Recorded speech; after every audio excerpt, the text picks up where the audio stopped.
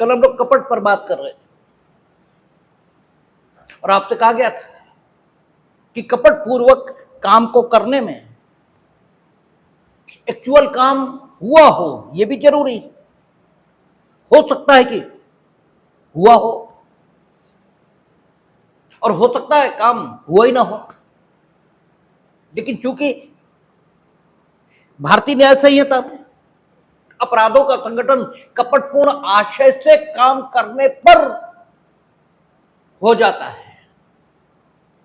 आप कपटपूर्ण आशय से काम कर रहे थे, बात खत्म हो गई। अब काम हुआ, काम नहीं हुआ, ये दायित्व के प्रश्न पर सुसंगत बात हो सकती है और इसके कारण से आपके दायित्व में विस्तार या कमी, ये दोनों बातें हो सकती है। आपको ज्यादा सजा, कम सजा ये मिल सकती है, लेकिन काम का होना ये भारतीय न्याय संहिता में अपराध के होने के लिए शर्त के तौर पर उन मामलों में नहीं लगी है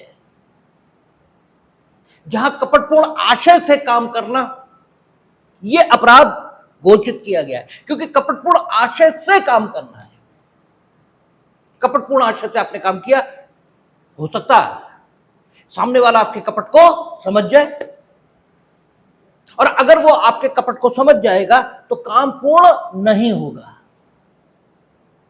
लेकिन इसके कारण से आपकी दूषित मानसिकता में किसी प्रकार की कमी हो, यह तो बिल्कुल नहीं कहा जा सकता। आप दोषी तो हैं, हां, उस व्यक्ति की तुलना में कम दोषी हैं जिसने कपटपूर्ण आशय से काम किया और काम हो भी गया। ठीक है, उस व्यक्ति की तुलना में निश्चित तौर पर आप कम दोषी। और हमने कहा था कि बेईमानी पूर्ण आशय से काम करना और कपटपूर्ण आशय से काम करना अक्सर भारतीय न्याय संहिता में अपराधों को परिभाषित करने के संबंध में साथ साथ प्रयुक्त शब्द हैं। अक्सर एक अपराध की परिभाषा जब भारतीय न्याय संहिता में देंगे तो बेईमानीपूर्ण ढंग से या कपटपूर्वक आशय से काम करना यह अपराध के संगठन के लिए पर्याप्त होगा। ठीक है, इनमें से कोई एक आशय यह आप मन में धारित कर रहे थे तो भी अपराध हो जाएगा और दोनों धारित कर रहे थे तो भी हो जाएगा। लेकिन फिर भी बेईमानी पूर्वक और कपट पूर्वक के बीच एक फर्क है और वो फर्क क्या है कि बेईमानी पूर्वक जब आप काम करते हैं तो कम से कम एक चीज सदोष अभिलाभ या सदोष हानि का होना जरूरी है। ये सदोष अभिलाभ, ये सदोष हानि किससे हो रही है इससे मतलब नहीं है। जरूरी नहीं कि बेईमानीपूर्ण आशय से आप काम करो तो सदोष अभिलाभ आप ही को हो, आप किसी अन्य को सदोष अभिलाभ ये दिलवा रहे हो। हानि संबंधित व्यक्ति जिसके प्रति आप काम कर रहे हो उसे नहीं हो रही, किसी और को हो रही, इससे कोई मतलब नहीं है। किसी को हो रही, किसी को हो रही। कोई है जिसे सदोष अभिलाभ हो रहा और कोई है जिसे सदोष हानि हो रही। बस आपका काम बेईमानीपूर्ण है और बेईमानीपूर्ण ढंग से जब काम होता है तो जो सदोष अभिलाभ या सदोष हानि होने की कल्पना की गई है वो धनीय प्रकृति की सदोष अभिलाभ और धनीय प्रकृति की सदोष हानि होने की कल्पना ये की गई है। और आपसे कहा था कि कपट इस मामले में भिन्न है। कपट में एक चीज समान है और वो समान क्या है कि आप कपटपूर्ण ढंग से या कपटपूर्वक आशय से काम कर रहे थे, काम हुआ या नहीं हुआ, आप दोषी माने जाएंगे क्योंकि कपटपूर्ण आशय ये अपराध को कॉन्स्टिट्यूट करने वाला तत्व है और काम तो आप कपटपूर्ण आशय से कर ही रहे थे। सामने वाला आपके कपट को समझ गया, काम नहीं हो पाया, तो इससे फर्क क्या पड़ा जहां तक आपकी स्थिति का ताल्लुक है। वहां तक तो कोई फर्क नहीं पड़ा, और सामने वाला आपके कपट को नहीं समझ पाया और कपट का शिकार हुआ है, तो आपकी स्थिति बदतर हुई है पहले की अपेक्षा। क्यों? अब आप अधिक दंड के भागी हो गए। लेकिन जहां तक दोषिता का संबंध है वहां तक आपकी स्थिति अपरिवर्तित है। ठीक है, क्योंकि वो आपका कपट समझ गया, उसने आपके उद्देश्य को पूरा नहीं होने दिया।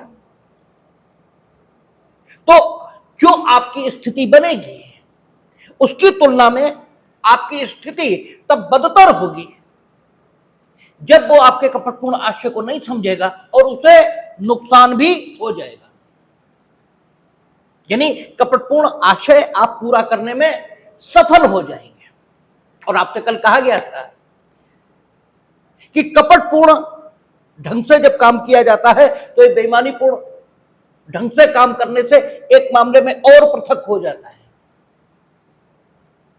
कि यहां यह भी हो सकता है कि किसी को कोई हानि ना हो, किसी को कोई हानि ना हो, लेकिन आप कपटपूर्ण ढंग से काम करने के दोषी माने जाए। यह संभव है। आपको उदाहरण दिया गया था कि मेरा बैंक में एक भी रुपया जमा नहीं है, आपको लगता है कि मेरे बैंक में 1 करोड़ रुपए जमा है। आपने मेरे फर्जी हस्ताक्षर करके बैंक मैनेजर को धोखा देने के आशय से, यानी अपने कपटपूर्ण आशय को रखते हुए आपने मेरे अकाउंट से 2 लाख रुपए निकालने का प्रयास किया। अब आपका यह प्रयास निश्चित तौर पर असफल होना है, क्योंकि मेरा अकाउंट ही नहीं है, और है तो उसमें 0 बैलेंस। तो बैंक मैनेजर तो इसे पकड़ ही लेगा। 0 बैलेंस से वो 1 करोड़ रुपए निकाल कैसे देगा? तो निकाल ही नहीं सकता। और बैंक के साथ कपट असंभव है इस दशा में, और मेरे साथ कपट ये भी असंभव है, क्योंकि वो स्थिति ही नहीं है। लेकिन इसके बाद भी आपका ताल्लुक जहां तक है, आप कपटपूर्ण ढंग से काम करने के दोषी हो सकेंगे। किसी को कोई हानि नहीं हुई, जबकि बेईमानीपूर्ण ढंग से अगर आप काम कर रहे हो तो हानि का होना जरूरी था। और यहां किसी को कोई हानि न हुई है, न हो सकती है, लेकिन आप कपटपूर्ण ढंग से काम करने के दोषी हैं। यानी कपटपूर्ण ढंग से काम करना और बेईमानीपूर्ण ढंग से काम करना, इसके बीच अंतर यह है कि बेईमानीपूर्ण ढंग से जब आप काम करेंगे तो सदोष अभिलाप और सदोष हानि होगी ही, और कपटपूर्ण ढंग से आप काम करोगे तो बहुधा अक्सर सदोष अभिलाप या सदोष हानि होते हैं, क्योंकि अन्यथा आप भूलवश कपटपूर्ण ढंग से काम कर जाओ, जैसे यहां किए मेरे द्वारा दिए गए पिछले उदाहरण में। अन्यथा आप कपट करते तभी हो जब आपको फायदा होने की कोई गुंजाइश होती है। ये यूं कहें कि एक्सीडेंटली कपट के मामलों में यह भी संभव है कि किसी को कोई हानि ना हो, लेकिन बेईमानीपूर्ण ढंग से काम करने की दशा में एक्सीडेंटली भी यह संभव नहीं है कि किसी को कोई हानि न हो और बेईमानीपूर्ण ढंग से काम का होना संपन्न हो जाए। यह वहां दुर्घटना से भी नहीं हो सकता। ठीक है, लेकिन कपटपूर्ण ढंग से अगर आप काम कर रहे हो तो दुर्घटनावश ऐसा हो सकता है, यह कहना ज्यादा ठीक होगा। ठीक है, दूसरी बात, जब आप बेईमानीपूर्ण ढंग से काम करते हैं तो हमेशा सदोष अभिलाप या सदोष हानि धनीय प्रकृति की होती है, और जब कपटपूर्ण ढंग से आप काम करते हो तो धनीय प्रकृति की सदोष हानि हो या धनीय प्रकृति का सदोष लाभ हो जरूरी नहीं।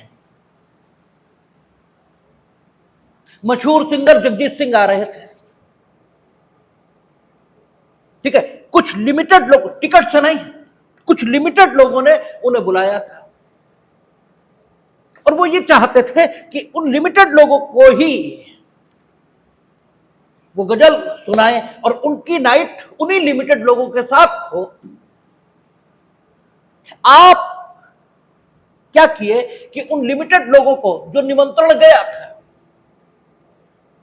ठीक है, वैसा एक निमंत्रण आपने भी छाप लिया धोखा देने के आशय से और वहां पहुंच गए।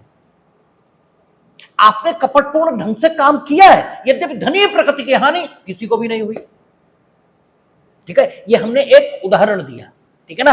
ऐसे अनेकों उदाहरण हो सकते हैं जहां धनी प्रकृति की कोई हानि ना हो।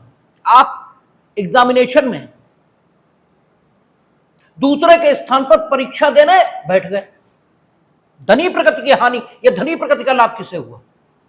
धनी प्रकृति की हानि, यह धनी प्रकृति का लाभ किसी को नहीं हुआ। लेकिन आप कपटपूर्ण ढंग से काम करने के दोषी हैं,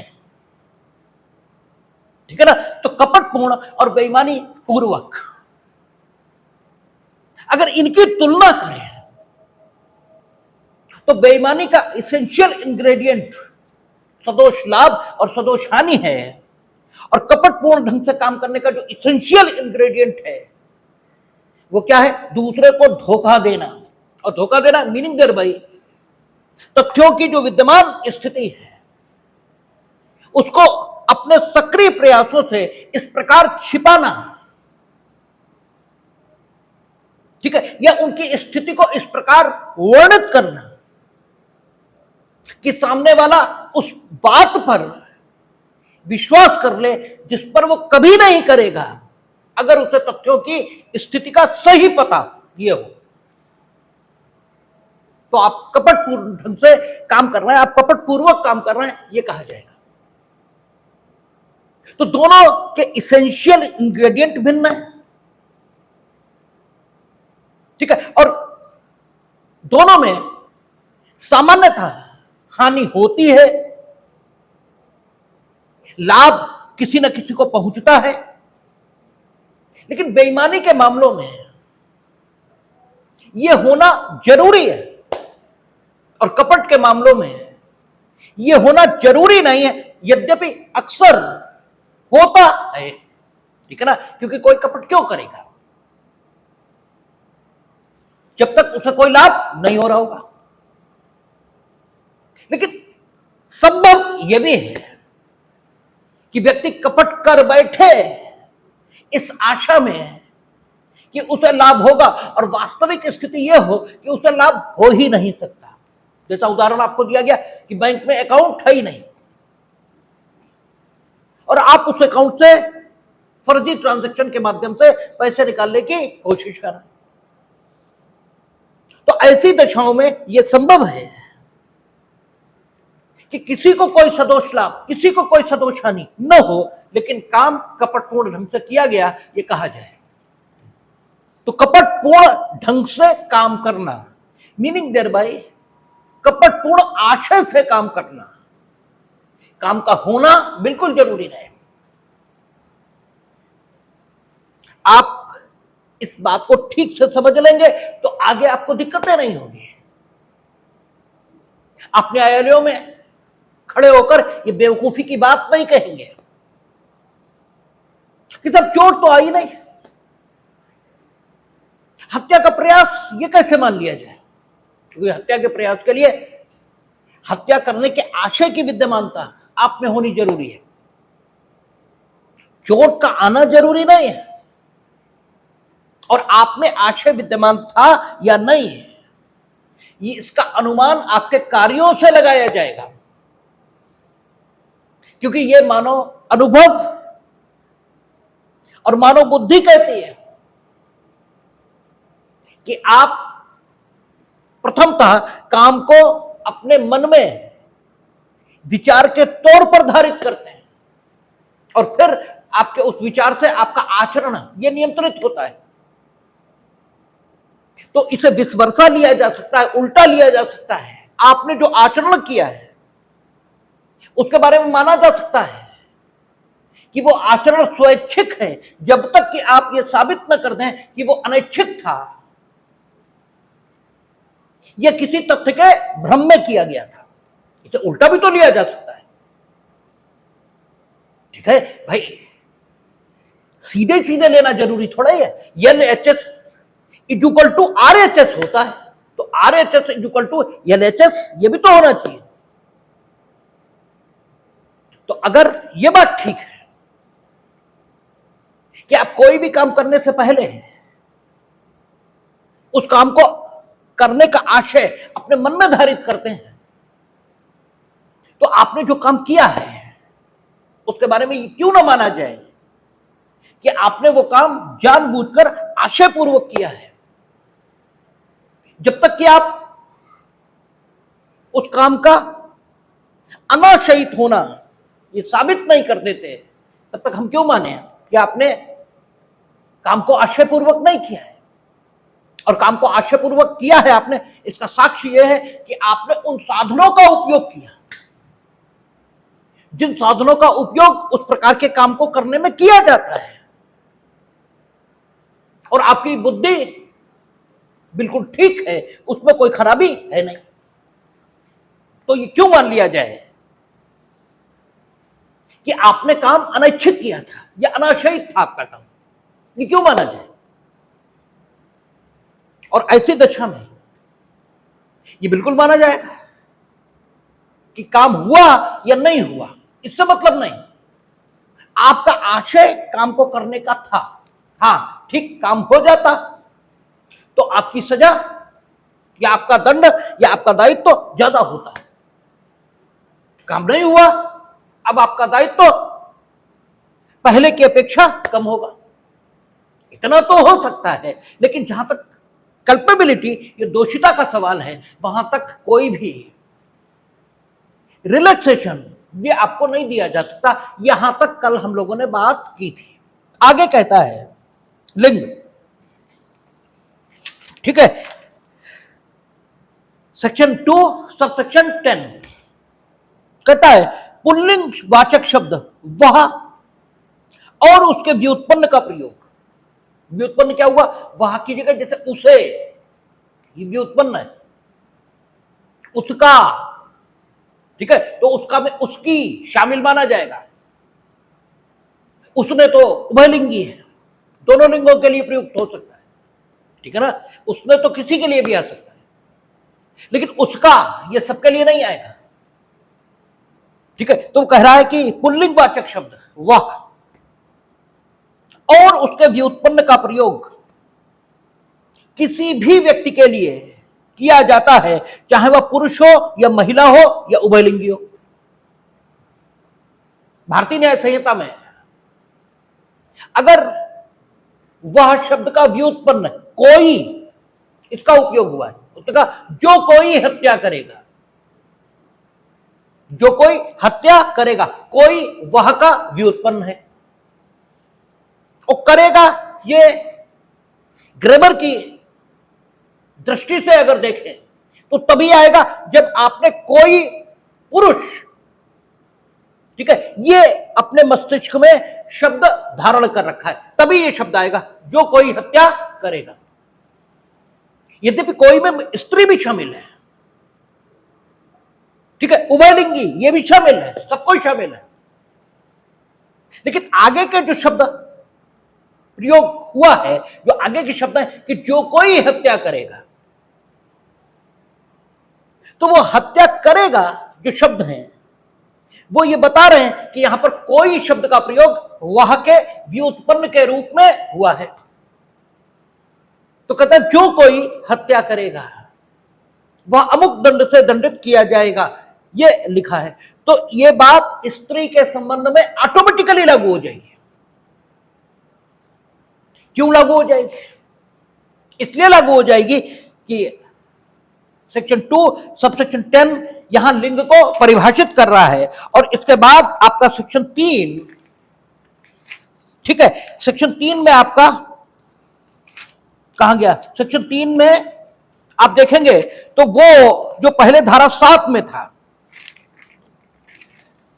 कि एक बार स्पष्टीकृत पद का भाव, ये आ गया, ठीक है। सेक्शन 3 सबसेक्शन 2, इसमें लिखा हुआ है वो जो पहले आईपीसी की धारा 7 में लिखा था कि प्रत्येक पद जिसका स्पष्टीकरण इस संहिता के किसी भाग में किया गया है, किसी भाग में, प्रारंभ में, अंत में, इससे मतलब नहीं है, इस संहिता के किसी भाग में किया गया है, इस संहिता के प्रत्येक भाग में स्पष्टीकरण के अनुरूप ही प्रयोग किया गया है। उसने एक बात बता दी, कहा सेक्शन 3 सबसेक्शन 2 में, और सेक्शन 2 सबसेक्शन 10 में लिंग को परिभाषित कर दिया, ठीक है, लिंग को स्पष्ट कर दिया।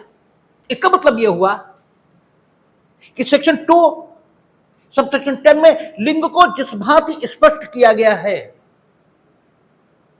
उसी भांति उसको समझा जाएगा इस संहिता के प्रत्येक भाग में, ठीक है, किस लाइन के प्रभाव से, सेक्शन 3 सबसेक्शन 2 के प्रभाव से,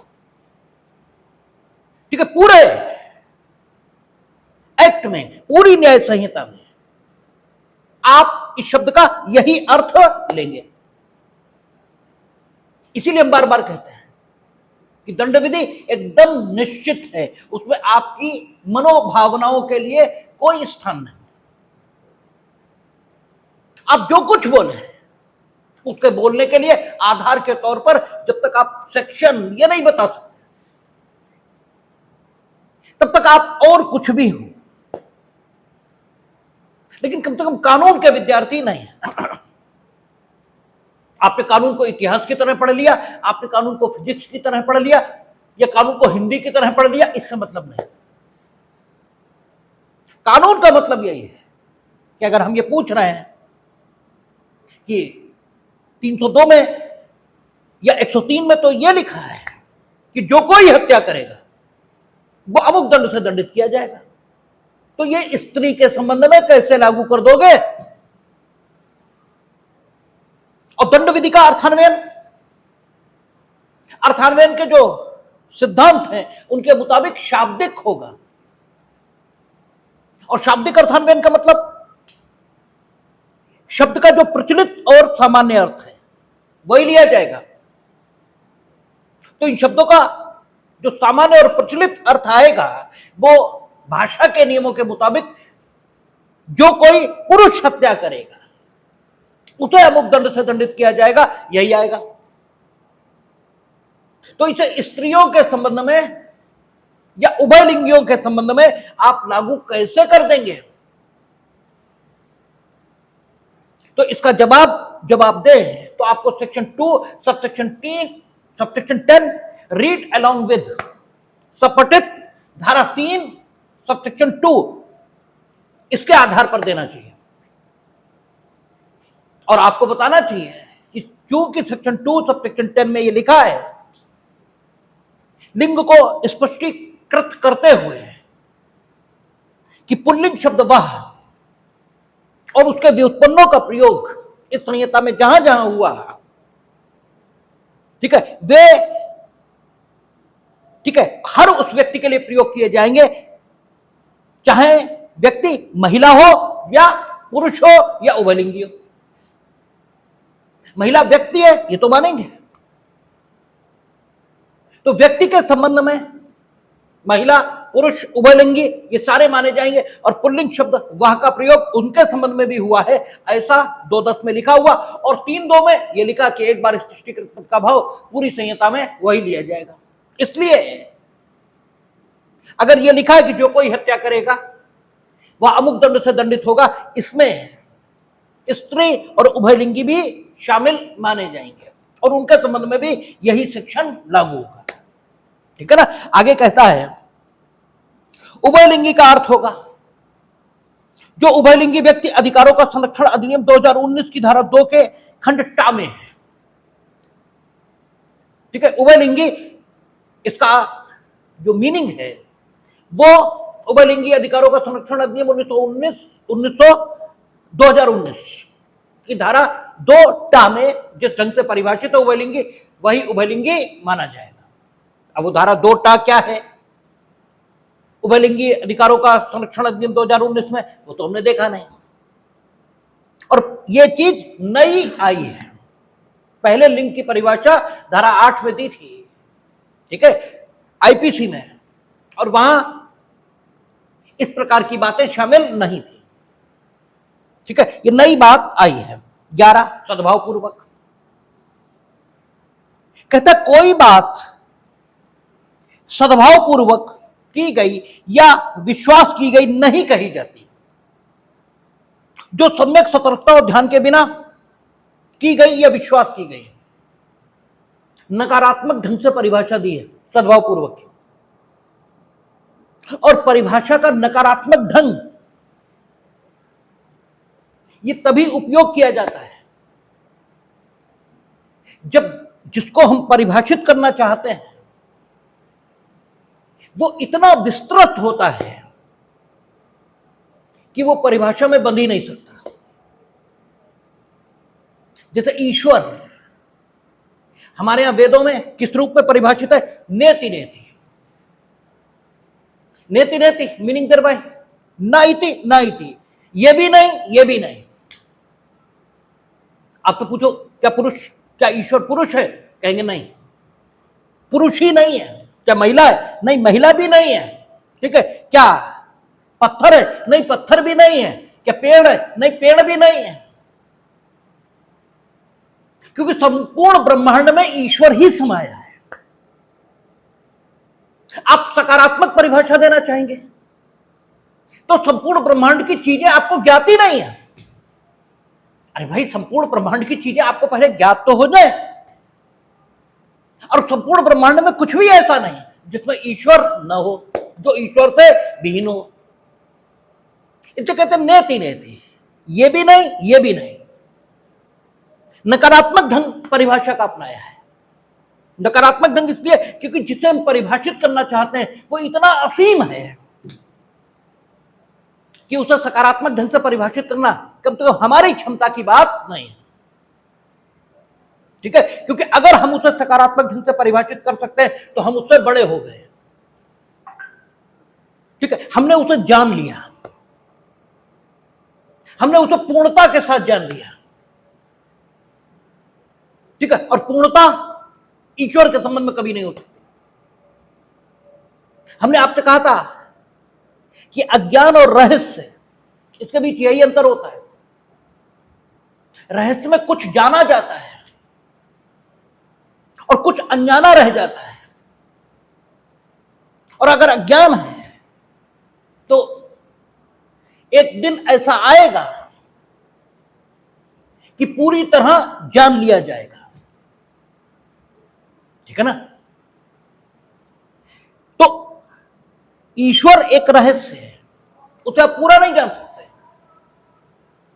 इसलिए नकारात्मक, अब जब पूरा जान ही नहीं सकते तो सकारात्मक ढंग से परिभाषित कैसे करें, हम कैसे बताएं कि वो क्या है। और अगर पूरी तरह हमने जान लिया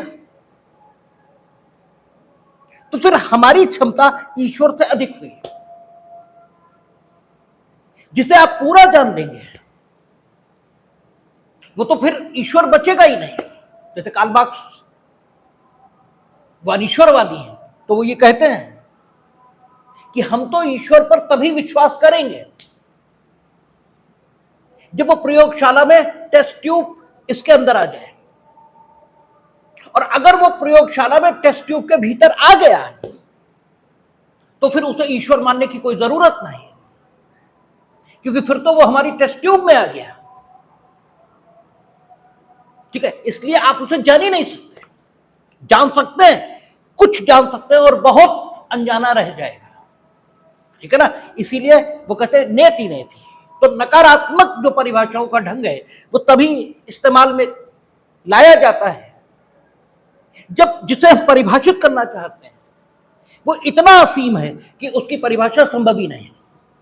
अब उसका सद्भावना पूर्वक आप कैसे परिभाषित करेंगे, क्योंकि सद्भावना पूर्वक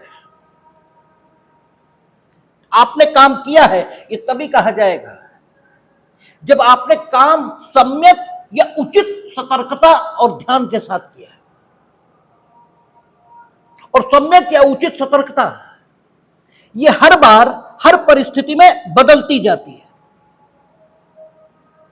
और परिस्थितियां अनंत हैं।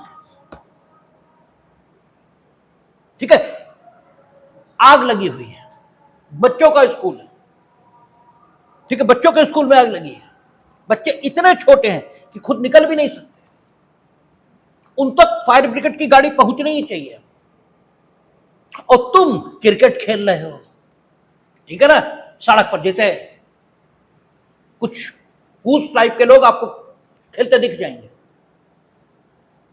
ठीक है, तो इतना बता देना भी पर्याप्त है कि हटो और चढ़ा देना गाड़ी, इसमें भी कोई बुराई नहीं। तो तुम नहीं हट रहे तो क्या करें, 10,000 बच्चों को जलवा दें,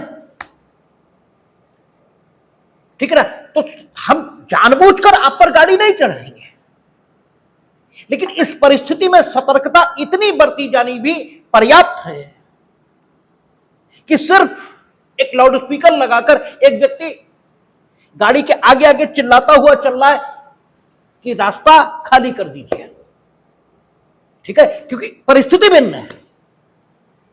और नॉर्मल डेज में, ठीक है, यह तरीका अगर आपने अपनाया तो आपने काम को सद्भाव पूर्वक किया है, सम्यक सतर्कता और सावधानी के साथ किया है, यह नहीं माना जाएगा। हमने आपको कई बार उदाहरण दिया कि आप अस्पताल पहुंचे हैं एक पेशेंट को लेकर, उसकी स्थिति इतनी खराब है कि पेशेंट 10-15 मिनट का मेहमान है, डॉक्टर एक रिस्क लेना चाहता है, एक दवाई एडमिनिस्टर करना चाहता है। अगर दवाई एडमिनिस्टर हुई और ठीक बैठी तो पेशेंट में सुधार होगा, और अगर ठीक नहीं बैठी तो उसका 15 मिनट का जीवन अभी 1 मिनट में खत्म हो जाएगा। हां, उस दवा को देने से पहले अगर टेस्ट कर लिया जाए इस बात का कि इसे ठीक बैठेगी या नहीं बैठेगी, ठीक है ना, तो फिर यह भी संभव है कि जो दवा इसे ठीक बैठे उसे मंगवाने की व्यवस्था की जाए, लेकिन वो आधे घंटे, ठीक है, आधे घंटे बीतने से पहले यहां नहीं आ सकती और ये 15 मिनट में मर जाएगा। तो अगर 15 मिनट में मर जाएगा, पोजीशन ये है, और डॉक्टर ने उठाया बिना टेस्ट किए जाने दिया, ठीक है, एंटीडोट, तो डॉक्टर ने सम्यक सतर्कता और सम्यक सावधानी से काम किया है, उसने सद्भाव पूर्वक काम किया है। 15 मिनट में तो ये मर ही जाना था, आधे घंटे से पहले दवा आ नहीं सकती थी, और 1 मिनट, ठीक है, 14 मिनट का हमने इसका जीवन कम कर दिया, अधिकतम इतना ही तो है, अन्यथा तो 15 मिनट मरना ही था। और अगर कहीं काम कर जाता, ठीक है, तो इसमें सुधार हो जाता। तो इन दशाओं में डॉक्टर के काम को असद्भाव पूर्वक किया गया नहीं कहा जा सकता, लेकिन नॉर्मल स्थिति हो, इतनी ज्यादा खराब कंडीशन नहीं है, तो आप आधा घंटा इंतजार क्यों नहीं कर रहे, या एंटीडोट देकर, एंटीडोट देने से पहले जो आवश्यक जांच है वो क्यों नहीं कर रहे? क्योंकि इतनी परिस्थितियां जीवन में ज्यादा हैं कि उनको सकारात्मक ढंग से लिखा ही नहीं जा सकता, ठीक है। हम नहीं बता सकते कि सद्भाव पूर्वक काम किया गया कब कब माना जाएगा, फिर तो हम हर परिस्थिति का वर्णन करें। जैसे हमने 2 परिस्थितियों का उदाहरण दिया, ऐसे लाखों परिस्थितियां हैं और लाखों परिस्थितियों का हम वर्णन करें और उसमें बताएं काम करने का तरीका, और ये लिखें कि अगर आप काम करने का ये तरीका अपना रहे हो तो काम सद्भाव पूर्वक ये कर रहे हो। और ये लिखना और बताना असंभव है, असंभव है। तो जो असंभव है उसे करना मूर्खता कहलाती है। असंभव करना बुद्धिमत्ता नहीं है, असंभव करना मूर्खता है, क्योंकि उसमें सिवाय असफलता के आपके यहां सफलता कभी नहीं लगने वाली है। तो इसलिए यहां दूसरा तरीका इस्तेमाल हुआ, और नकारात्मक परिभाषा ये दी गई। उसने कहा कि काम, कोई बात सद्भाव पूर्वक की गई या विश्वास की गई नहीं कही जाती, जो सम्यक सतर्कता और ध्यान के बिना की गई या विश्वास की गई हो। आप कहते हैं हमने इन पर विश्वास कर लिया था इसलिए हमें धोखा हो गया। वो परिस्थिति जिसमें आपने इनके कथन पर विश्वास किया, क्या आपको इतना समय नहीं दे रही थी कि इनके कथन में जो तथ्य सम्मिलित थे उनके सच होने या उनकी सत्यता के संबंध में आवश्यक जांच आप कर पाते?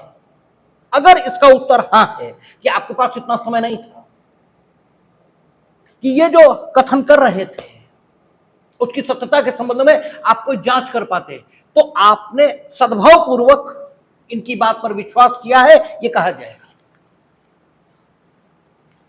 और अदरवाइज आपने सद्भाव पूर्वक इनकी बात पर विश्वास किया, ये नहीं मानेंगे हम, बल्कि ये मानेंगे कि तुम इनके साथ षड्यंत्रकारी हो, तुमने इनके साथ मिलकर षड्यंत्र किया है।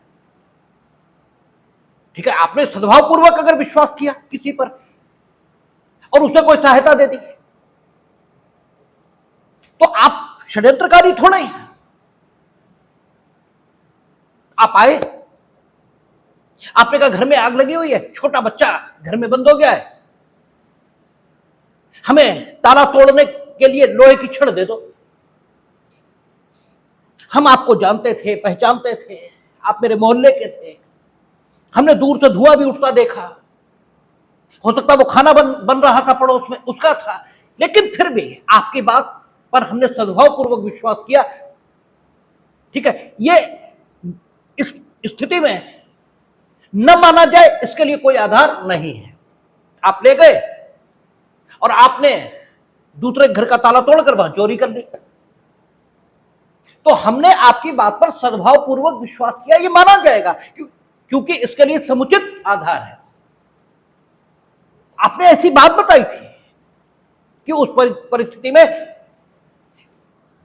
इतनी सतर्कता बरतना और इतनी जांच करना पर्याप्त माना जाएगा कि उस दिशा से जिस दिशा में आप अपना घर स्थित होना बताते हो धुआं उठ रहा है, इतना पर्याप्त है। लेकिन आप अपरिचित हो, आपको हम जानते भी नहीं, और हम लुहार हैं, और आपने हमसे कहा कि ताला तोड़ने के लिए हमें औजार दे दो, हमने दे दिया। हम भी तो खुद जा सकते थे। ठीक है, उस परिस्थिति में जब हम आपको जानते हैं बात डिफर है, और यहां बात डिफर है, तो कोई बात सद्भाव पूर्वक की गई या विश्वास की गई नहीं कही जाती, जबकि वह सम्यक सतर्कता और जांच के बिना नहीं की गई। ठीक है ना, तो निगेटिवली उन्होंने परिभाषा को दिया है। क्यों? पॉजिटिवली परिभाषा देना संभव नहीं है, क्योंकि जिसको हम परिभाषित करना चाहते हैं वो इतना अनंत और असीम है कि उसे पॉजिटिव परिभाषा में बांधा नहीं जा सकता, इसलिए यहां निगेटिव परिभाषा दी गई। ठीक है, तो आपका कहता सद्भाव पूर्वक। फिर सरकार से कोई केंद्रीय सरकार या राज्य सरकार, यह विपरीत है, तो इसे स्पष्ट करने की कोई जरूरत नहीं। और आज आप देखेंगे अखबार, तो उसमें देख रहे थे, तो उसमें चीफ जस्टिस ऑफ इंडिया ने वही बात कही जो हम रोज यहां बैठ के कहते हैं कि ना विधायिका बड़ी है, ना कार्यपालिका, ना न्यायपालिका, तीनों समान स्तर पर है, तीनों समान स्तर पर है। आज का अखबार उठाइएगा, देख लीजिएगा, उन्होंने, और एक जगह वो बोल रहे हैं और विषय भी यही है कि विधायिका, कार्यपालिका और न्यायपालिका में कौन बड़ा, उनका कोई बड़ा नहीं है, तीनों समान लेवल पर हैं और तीनों का एक ही लक्ष्य है। ठीक है, वो जो प्रियम्बल में कहा गया है, जो directive principle of the state policy में कहा गया, उसको प्राप्त करना। और आप वहां बैठ के बताते हैं कि जुडिशरी सबसे बड़ी है, एग्जीक्यूटिव सबसे बड़ी है। ठीक है, तो सद्भाव पूर्वक कोई बात की गई नहीं कही जाती, कोई भी चीज क्यों है वैसी, ये आपको जानना चाहिए। सरकार से राज्य सरकार या केंद्रीय सरकार, इनमें से कोई भी सरकार अभिप्रेत है। आगे कहता है संश्रय। पहले जो संश्रय की डेफिनेशन थी वो कहां दी गई थी? 52A। ठीक है, 52 में सद्भावपूर्वक ये परिभाषित था और 52A में संश्रय ये परिभाषित था। और संश्रय, ठीक है, इसे अगर अपनी सामान्य भाषा में आप समझना चाहो तो आश्रय देना, इस ढंग से समझ सकते हो। कानून में हमेशा विधिक शब्दावली का ही इस्तेमाल होता है, इसलिए हमने कहा कि आप समझने के लिए आश्रय शब्द का सहारा ले सकते हैं, अदरवाइज यहां शब्द संश्रय है और संश्रय ही उपयोग होगा। पहले जो संश्रय की परिभाषा दी थी उसमें कहा था कि शायद सेक्शन 153 आईपीसी, कोई एक सेक्शन उन्होंने कोट किया था उस चैप्टर का जो लोक प्रशांति के विरुद्ध अपराधों से संबंधित था, और वहां लिखा था कि लोक प्रशांति से के विरुद्ध अपराधों से संबंधित जो चैप्टर था उसका कोई एक सेक्शन उन्होंने कोट किया था और यह कहा था कि अगर इस सेक्शन के अंतर्गत अपराध करने वाले की पति या पत्नी इसके द्वारा संश्रय दिया जाता है तो आईपीसी के प्रयोजनों के लिए उसे संश्रय नहीं माना जाएगा, यह कहा था। अब वो बात खत्म हो गई। अब इसका मतलब यह हुआ संश्रय कोई किसी को दे अपराध माना जाएगा, ठीक है ना। अब संश्रय आपने दिया, यह कब माना जाए? तो आगे कहता है संश्रय, इसके अंतर्गत किसी व्यक्ति को आश्रय, भोजन, हालांकि आश्रय शब्द अपने में इतना विस्तृत है कि इसमें भोजन, पेय, धन, वस्त्र, आयुध, गोला बारूद या वाहन, ये सारी चीजें आ जाएंगी, लेकिन फिर इंटरप्रिटेशन का प्रयोग करना पड़ेगा और दांडिक विधियों के क्षेत्र में निर्वचन के लिए जगह छोड़ना ये ठीक बात नहीं होती। इसलिए यहां बिल्कुल क्लियर सारी बात बता रहे। उन्होंने क्या कहा कि संश्रय, इसके अंतर्गत किसी व्यक्ति को आश्रय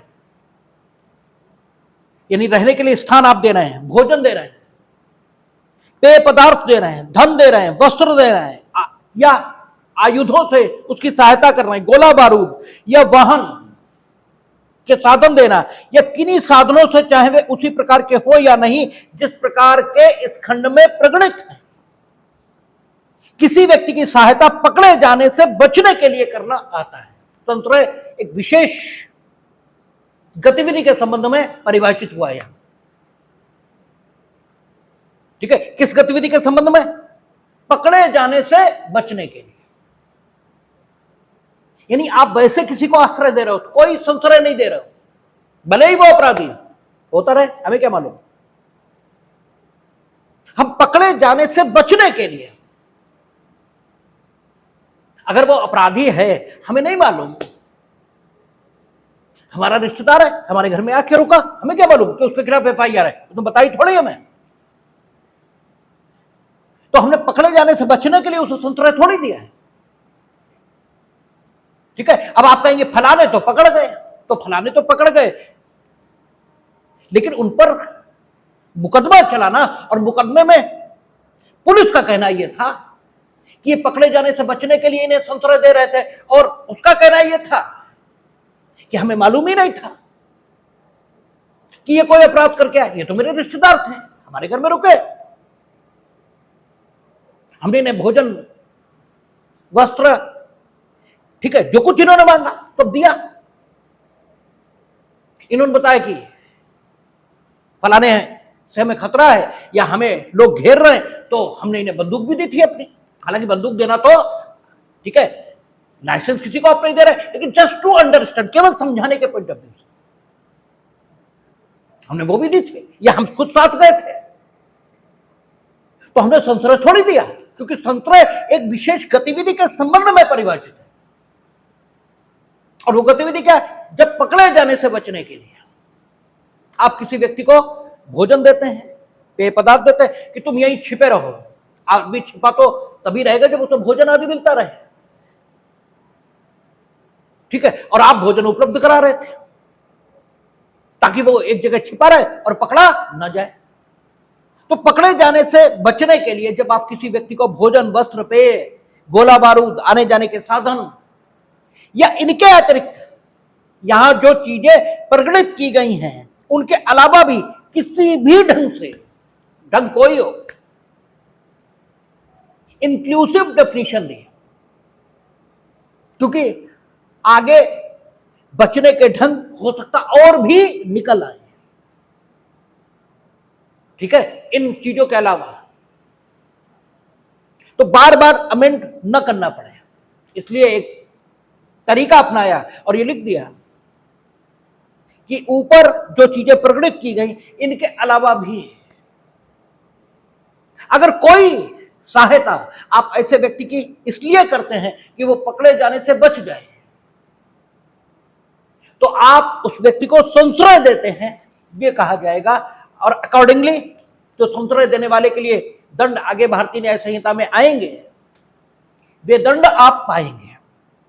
ठीक है, पहले 216 थी डाकुओं को और इस ढंग के लोगों को संश्रय देना, उसके लिए दंड प्रोवाइड था। ठीक है, और अन्य लोगों को संश्रय देने के लिए दंड प्रोवाइड थे। अब जो आगे अपराध आएंगे उनमें संश्रय देने के लिए आप दोषी हो सकेंगे। आगे कहता है क्षति, कहता क्षति से कोई अपहानि, कोई अपहानि अभिप्रेत है जो किसी व्यक्ति के शरीर, मन, ख्याति या संपत्ति को अवैध रूप से कारित हुई है। ठीक है, उपहति ये क्षति नहीं है,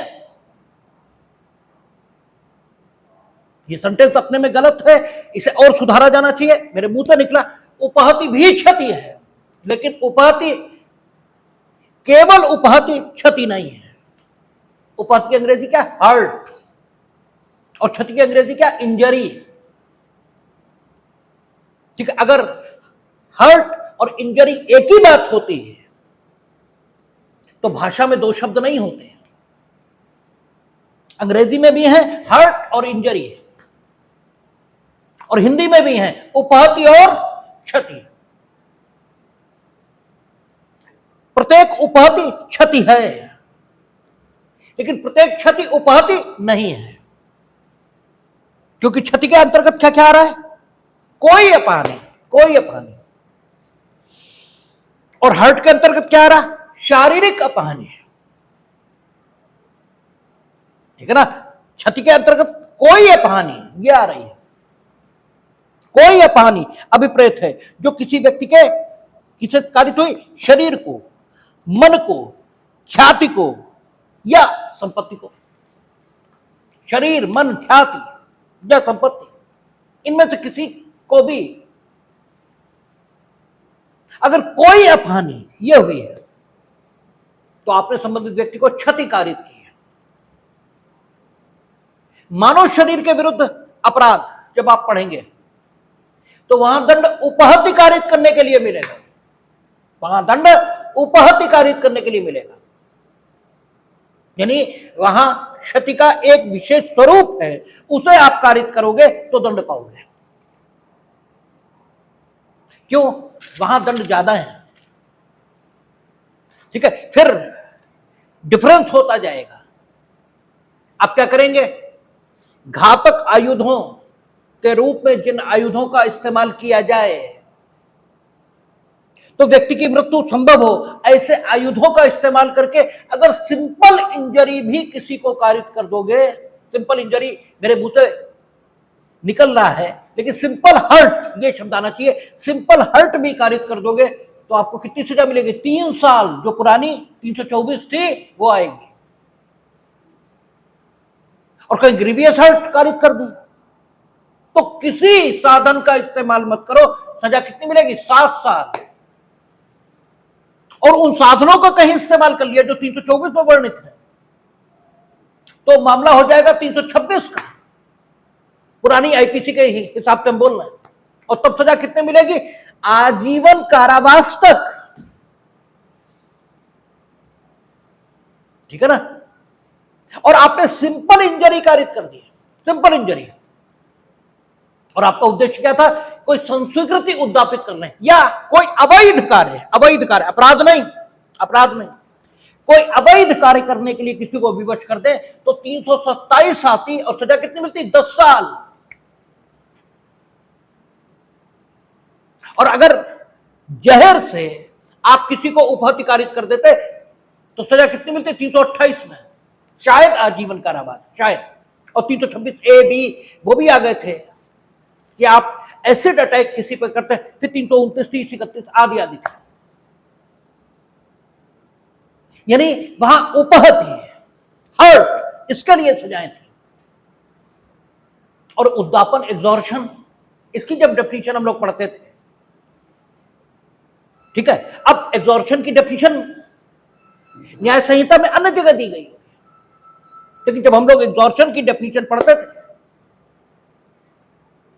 तो एग्जॉर्शन की डेफिनेशन में आता था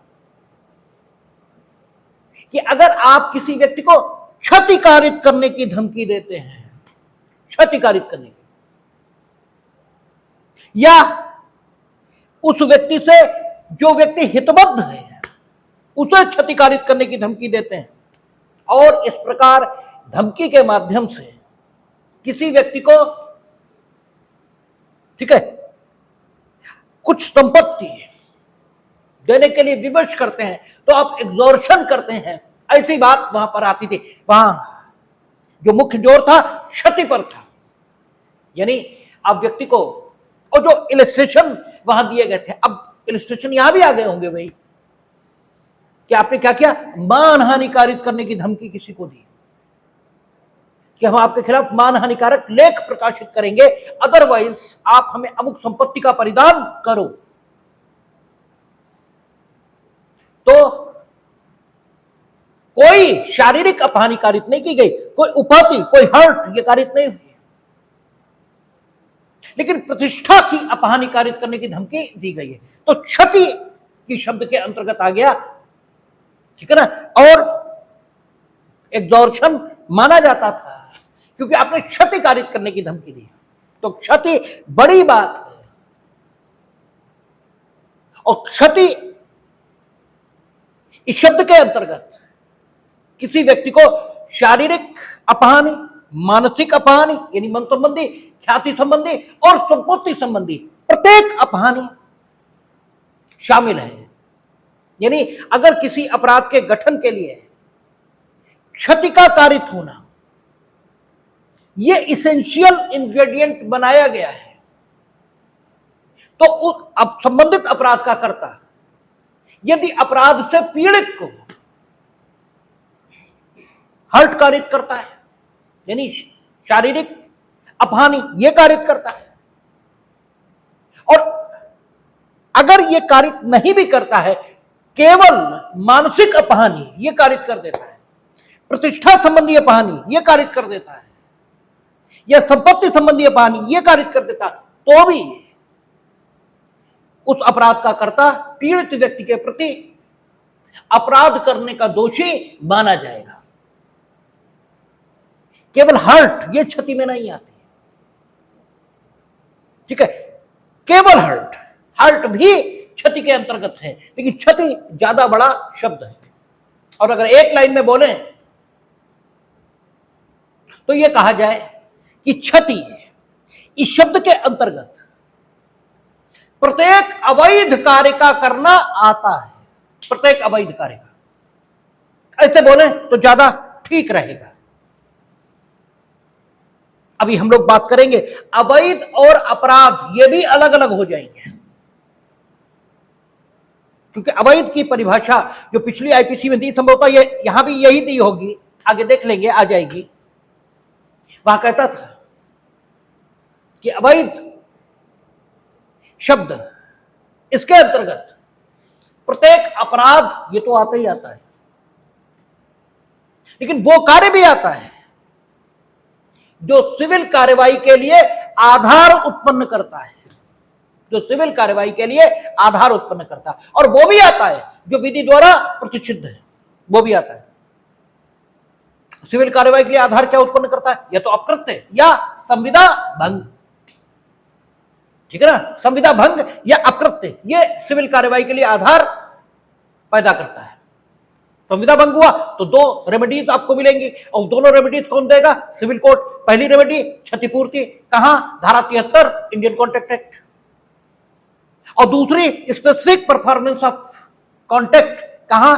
सेक्शन 14 स्पेसिफिक रिलीफ एक्ट। देगा कौन? Civil court. तो अवैध शब्द के अंतर्गत ऐसा करना भी आता है जो सिविल कार्रवाई के लिए आधार उत्पन्न करता है। और अभी हमने आपसे कहा कि पुरानी आईपीसी के हिसाब से देखें, अगर आप किसी को इस उद्देश्य से उपाधि यानी सिंपल हर्ट ये कार्य करते हो कि वो कोई अवैध कार्य करने को विवश किया जाए, तो आप 10 साल की सजा से दंडित किए जाओगे। तो अवैध कार्य करने को विवश करता है तो जरूरी नहीं है आप उसे इस बात के लिए विवश करो कि वो किसी को शारीरिक चोट पहुंचाए, ये जरूरी नहीं है। आप उसे इस बात के लिए विवश कर रहे हो कि वो किसी के साथ कुछ ऐसा करे जो सिविल कार्रवाई के लिए आधार उत्पन्न कर दे, तो भी आप 327 में दंडित होने योग्य हो, यदि आप इस आशय से उसे सिंपल हर्ट कारित कर रहे हो। आप एक पत्रकार को सिंपल हर्ट कारित की कि तुम मिस्टर एक्स के खिलाफ मानहानिकारक लेख प्रकाशित करो, ठीक है।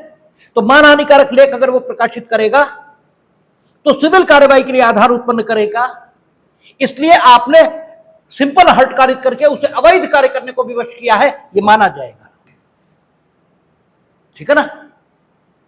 आपने विधि द्वारा प्रतिषिद्ध काम यह करने के लिए उसे, जैसे पार्क में घुसना मना है, यह आम रास्ता नहीं है, कोई अपराध नहीं, कुछ नहीं है,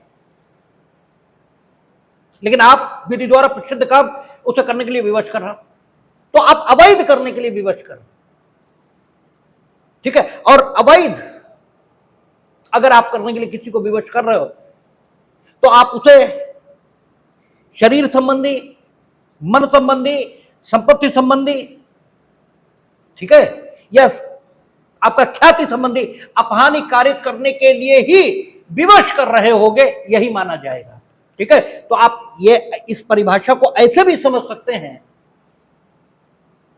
कि किसी ने किसी को क्षति कारित की है, ये कहा जाएगा यदि किसी ने किसी के साथ कोई अवैध कृत्य किया है, ठीक है ना। क्योंकि अवैध को जो हम व्याख्यायित करना शुरू करेंगे तो बात वहीं आ जाएगी, क्योंकि अवैध में 3 बातें हैं। एक, आप किसी के साथ कोई अपराध करते हैं, ठीक है, तो आप अवैध करते हैं, यह माना जाएगा। आप विधि द्वारा प्रतिषिद्ध काम करते हैं तो आप अवैध करते हैं, यह माना जाएगा। आप कुछ ऐसा करते हैं जो सिविल कार्रवाई के लिए आधार उत्पन्न कर देता है, तो भी आप अवैध करते हैं, यह माना जाएगा। और इन तीनों में से कुछ भी आप करें, किसी न किसी को क्षति कारित करेंगे ही, ठीक है ना। क्योंकि क्षति की परिभाषा में प्रतिष्ठा संबंधी तो ये सिविल कार्रवाई के लिए आधार पैदा करेगा। प्रतिष्ठा संबंधी अपहानि होगी तो कहां मानहानि क्या है? प्रतिष्ठा संबंधी अपराध है, कहां जाएगा? कृत्य में जाएगा। तो आपने सिविल कार्रवाई के लिए आधार पैदा कर दिया। आपने संपत्ति संबंधी अपहानि की, आप अपराध में भी दोषी हो सकते हैं और अकृत्य में भी दोषी हो सकते हैं। आपने शरीर के प्रति कोई अपराध किया तो हो सकता है आप यहां भी दोषी और वहां भी दोषी हो जाए, ठीक है। तो कुल मिलाकर क्षति ये विस्तृत शब्द है और क्षति शब्द के अंतर्गत अवैध कृत्य का करना आता है। ये एक लाइन में बोले जाने लायक बात है। और यह भी कहा जा सकता है कि क्षति शब्द के अंतर्गत संपत्ति संबंधी, ख्याति संबंधी, प्रतिष्ठा संबंधी, ठीक है, और शरीर संबंधी सभी प्रकार की अपहानियां आती हैं, यह भी बोला जा सकता है। बातें दोनों कही जा सकती है, ठीक है ना। लेकिन हर्ट और इंजरी ये दो अलग बातें हैं, ठीक है। और कचेरी हो, कहीं भी हो, कुछ इस प्रकार का वातावरण रहता है कि सभी इंजरी और हर्ट को एक जैसा ट्रीट करते हैं, भले ही उन्हें सच्चाई पता हो, भले ही उन्हें सच्चाई न पता हो। आपने देखा मेरे मुंह से भी, ठीक है, हर्ट के लिए इंजरी शब्द निकल रहा है, ठीक है, क्योंकि आदतन हम भी वैसा ही बोल रहे हैं, जबकि इंजरी और हर्ट बिल्कुल अलग है, ये हम जानते हैं, इसमें कोई ऐसी बात नहीं कि जो हम ना जानते हो, लेकिन फिर भी ऐसे चलता रहता, लेकिन कॉन्सेप्चुअली आपको क्लियर होना चाहिए। हर छोटी बात है, क्षति ज्यादा बड़ी बात है। आगे कहता है, अच्छा लीजिए, अवैध तो अगली ही डेफिनेशन है, ठीक है। कहता है अवैध और करने के लिए वैध रूप से आबद्ध। अवैध शब्द प्रत्येक उस बात को लागू है जो अपराध है, ठीक है। अवैध शब्द प्रत्येक उस बात को लागू है जो अपराध है, यह जो विधि द्वारा प्रसिद्ध हो, यह जो सिविल कार्रवाई के लिए आधार उत्पन्न करती है। तीनों बातें अवैध शब्द के अंतर्गत हैं, ठीक है। क्योंकि अवैध करने के लिए आप विवश कर रहे हो, ये बहुत सारे अपराधों का एक संघटक तत्व आगे आएगा। हमने अभी उदाहरण दिया आपको 327 का। जब हम लोग इसमें हर्ट संबंधी चैप्टर में पहुंचेंगे, नहीं 115, 2, 115, 116, 117, 118 वहां पहुंचेंगे, जब वहीं पर हर्ट संबंधी प्रोविजंस दिए हैं, तो आप देखेंगे कि अवैध कार्य करने के लिए अगर आप किसी को विवश करने के लिए हर्ट कार्य कर रहे हो, तो आपका जो दायित्व है, आपको जो मिलने वाला दंड है, उसका विस्तार बढ़ जाएगा, ठीक है। आप केवल हर्ट कार्य कर रहे हो तो बात अलग है, ठीक है। लेकिन हर्ट भी कारित कर रहे हो, और हर्ट कारित करने के पीछे उद्देश्य क्या? अवैध करवाना। अब मामला और गंभीर हुआ है, ठीक है। तो अवैध को समझना होगा। तो अवैध करने के लिए कहता है प्रत्येक उस बात को लागू जो अपराध हो या जो विधि द्वारा प्रसिद्ध हो, या जो सिविल कार्रवाई के लिए आधार उत्पन्न करती हो, और कोई व्यक्ति उस बात को करने के लिए वैध रूप से आबद्ध कहा जाता है जिसका लोप करना उसके लिए अवैध हो। आप किसी बात को करने के लिए वैध रूप से आबद्ध, ये कब माना जाए? ठीक है, ये तब नहीं माना जा सकता जब बाध्यता जो आप अनुभव करते हो वो विधि के नियम द्वारा उत्पन्न नहीं की गई। आप बहुत सारी बाध्यताएं अनुभव करते हो, ठीक है। नैतिकता, लोकाचार, सदाचार, ये आपको बहुत सारी बाध्यताओं के अंतर्गत ले आता है। और आप जितने सदाचारी और नैतिक दिखते हो वो सिर्फ लोकाचार और सदाचार की बाध्यता के कारण है। इसीलिए आपकी सारी नैतिकता सिर्फ 2 कौड़ी की है। इसी कारण वो आपके अंतर से पैदा नहीं हुई है। हमने एक दिन और कहा था आपसे कि जो सन्यासी होता है, जो संत होता है, उसकी नैतिकता अंदर से पैदा हो रही है। उसे मालूम है, उसका अंतस बोलता है कि हमें किसी को नुकसान पहुंचाने का कोई हक नहीं, इसलिए क्योंकि हम में भी ईश्वर है, उसमें भी ईश्वर है। हमने अगर उसे नुकसान पहुंचाया तो हमने ईश्वर के प्रति, ठीक है, अपनी दुष्टता, अपनी बदतमीजी, इसका परिचय दिया, क्योंकि उसमें भी ईश्वर ही है। तो उसकी नैतिकता अंदर से पैदा हो रही है। वो तो कोई ना देखे तो भी वो पेड़ तक को नुकसान नहीं पहुंचाएगा, पेड़ को भी नुकसान नहीं पहुंचाएगा, क्योंकि वो कण-कण में ईश्वर ही देखेगा। और जब कण-कण में ईश्वर देखेगा तो उससे कुछ गलत संभव ही नहीं है, हो ही नहीं सकता। और तुम्हारी नैतिकता 2 कौड़ी की है, क्योंकि तुम लोकाचार के कारण नैतिक बने हुए हो, ठीक है। तुम अच्छे समझे जाओ इसलिए तुम अच्छी अच्छी बातें करते हो, ठीक है। अच्छी बातों में तुम्हारी कोई रुचि नहीं, इसीलिए तुम जैसे ही अकेले होते हो तुम निहायत ही नीच हो जाते हो। जैसे ही आंख हटी फिर आपकी सारी नैतिकता, सारा सदाचार, सब, ठीक है, जाने कहां चला जाता है और आप घोर अनैतिक और घोर नीच व्यक्ति के रूप में सामने आते हैं। यही हो रहा है। आप देखो ना, जितनी अच्छाई की बातें हो रही हैं समाज में, अगर उतनी अच्छाई वाकई है, वाकई उतने अच्छे लोग हैं, तब तो पृथ्वी स्वर्ग हो गई होती कब की। ठीक है, कब की पृथ्वी स्वर्ग हो गई होती है। लेकिन ये नहीं हुआ। इसलिए नहीं हुआ क्योंकि आप बाध्यता इसके कारण से नैतिक बने हुए हैं। और बाध्यता काहेगी? लोकाचार, सदाचार, इसकी। इसलिए आप जैसे ही अकेले होते हैं वैसे ही आप पशुवत आचरण करते हैं। यद्यपि आपके इस आचरण को न्याय शास्त्रियों ने न्यायोचित कहा है। उन्होंने कहा कि चलिए कम से कम इतना ही ठीक है कि जब आप अकेले होते हैं तब पशुवत आचरण करते हैं, जब आप मानवों के समाज में होते हैं तो मानव के तरह आचरण करते हैं, भले ही ऐसा आप लोकाचार या नैतिकता की बाध्यताओं के कारण करते हैं। लेकिन संत की कोटि सबसे ऊपर है, इसलिए कोई ना हो फिर भी उससे गलत नहीं हो सकता। इसलिए नहीं हो सकता